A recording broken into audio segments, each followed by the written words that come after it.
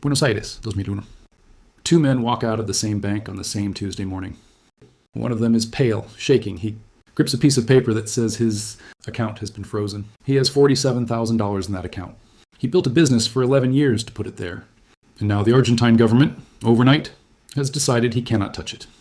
The other man, he's calm, almost eerily calm. He's carrying a small bag.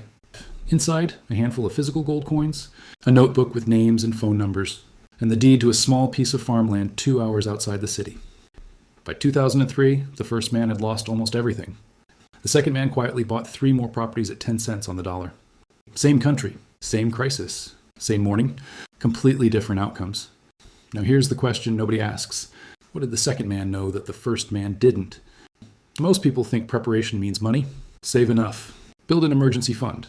Maybe buy some stocks. That's what financial advisors tell you. That's what your parents told you. And in normal times, that advice is fine. But here's the part nobody tells you. In a real crisis, not a recession, not a market dip, but a genuine systemic collapse, cash is often the first thing that fails you. Argentina froze accounts. Germany in 1923. Printed money until it was worthless. Cyprus in 2013. Literally seized a portion of private bank deposits to bail out its banks. This wasn't ancient history. That was 13 years ago. People lost money sitting in accounts they thought were safe. The people who survived those events, who didn't just survive, but quietly thrived afterward, they weren't holding more cash. They were holding something else entirely. 5 things to be precise, and none of them are what you'd expect. Part 1. The asset of hard skills. Seen rural Poland. 1940. A Jewish doctor named Alexander sits in a cramped apartment in Warsaw. The occupation is tightening. Currency is becoming fiction. Rations are controlled. Markets are shutting down. But Alexander has something the regime cannot confiscate. His hands, his knowledge, the ability to deliver a baby, set a broken bone, treat an infection.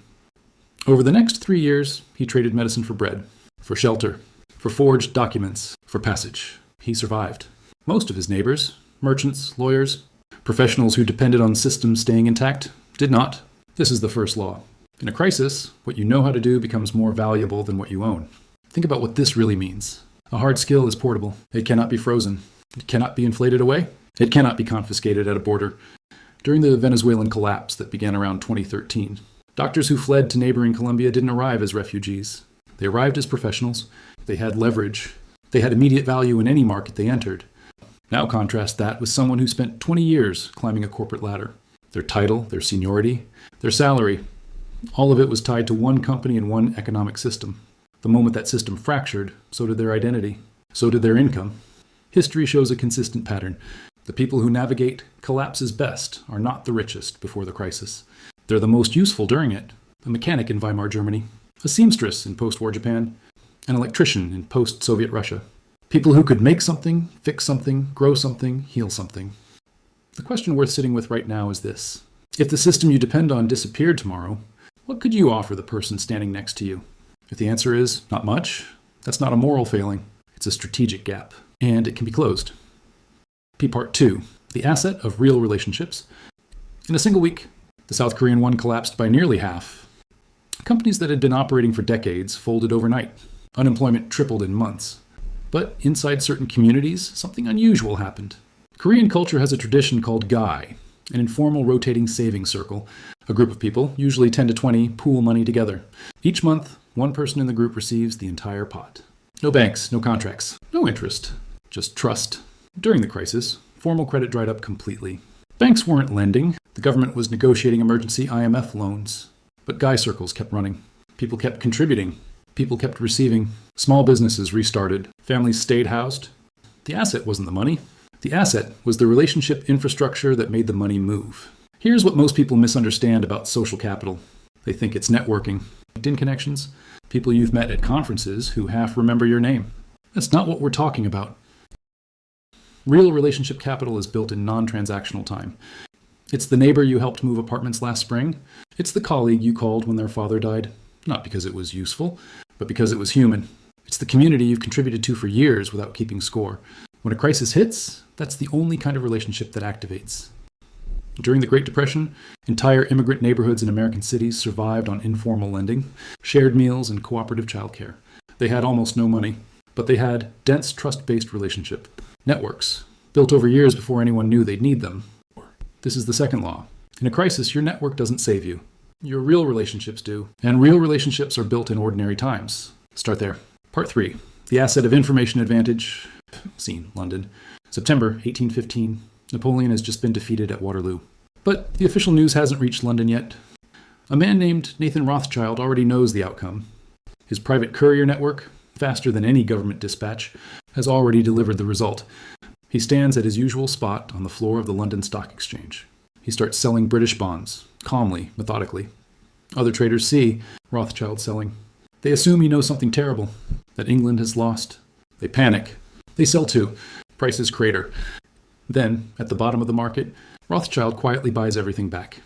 When the official news arrived, England had won, the market exploded upward. And one morning, Rothschild multiplied his wealth several times over. He didn't have more money than the other traders. He had better information, faster. Now, this story is often told as a tale about cunning, about manipulation. But look at the deeper structure. The asset wasn't gold. It wasn't property.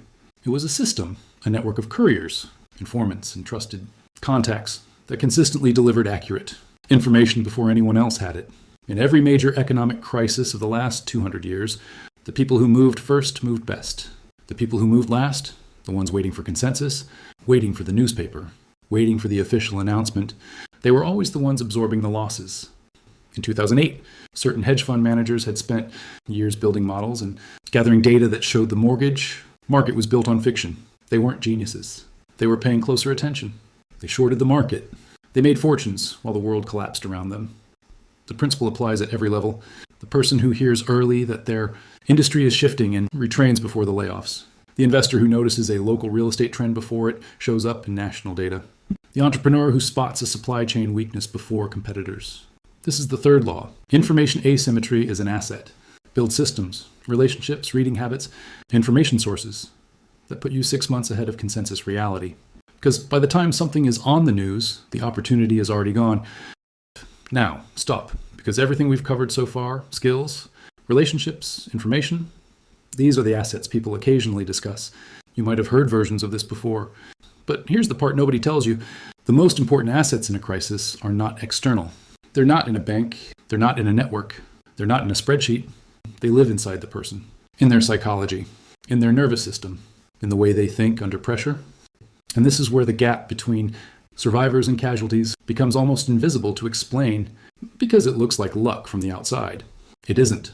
Part 4, the asset of psychological stability. Admiral James Stockdale is shot down over North Vietnam and taken prisoner. He will spend the next 7.5 years in the Hoa Lo prison, the place American soldiers call the Hanoi Hilton. Torture, isolation, no trial date, no release date, no information from the outside world. He survives.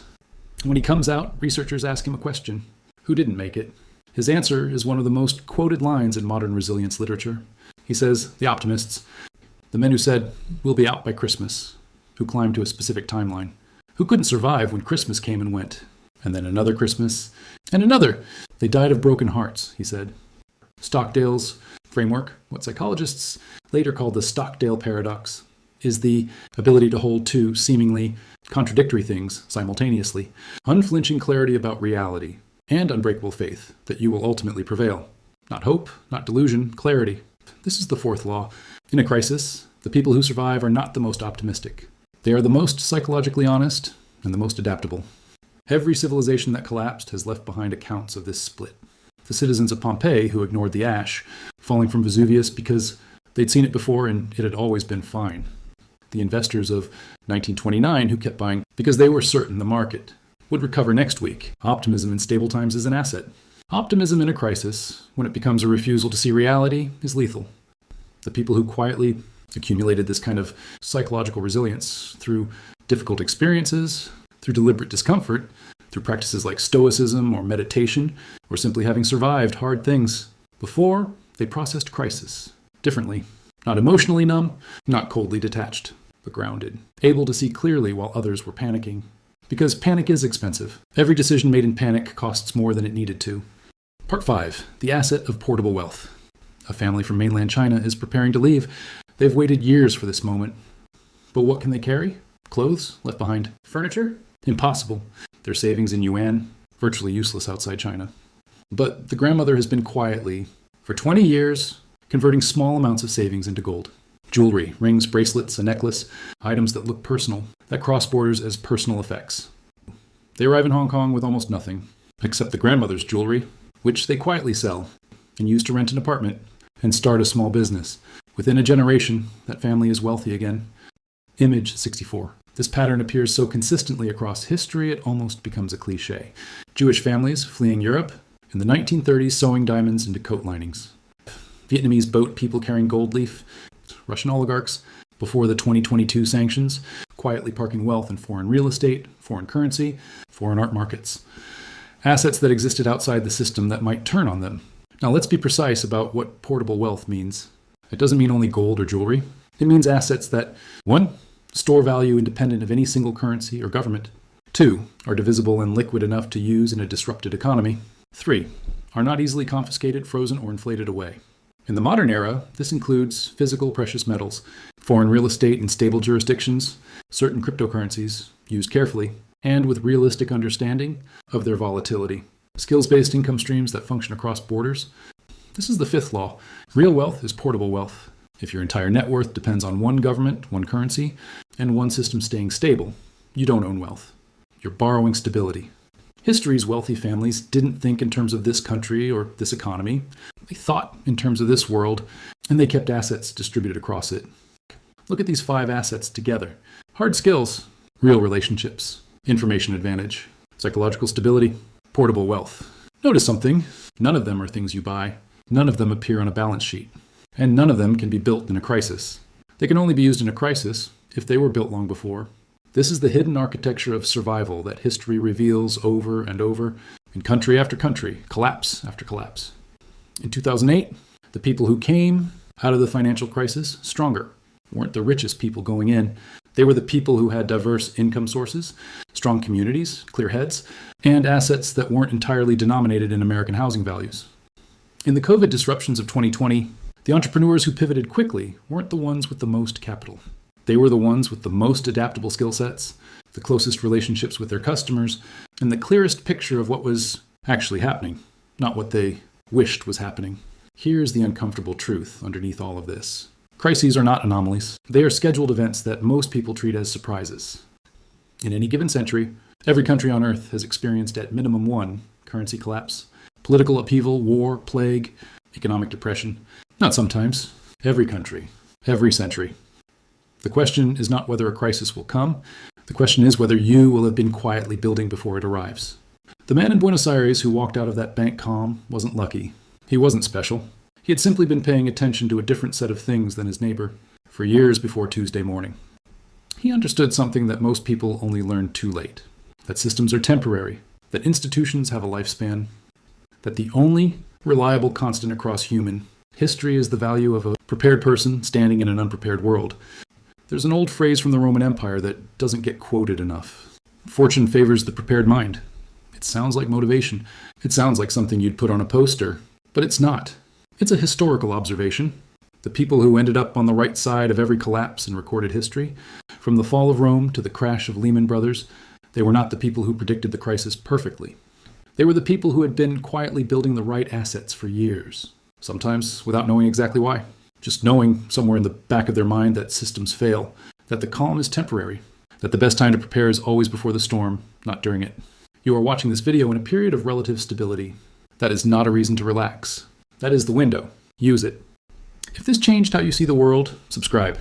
We don't just study history here. We perform autopsies.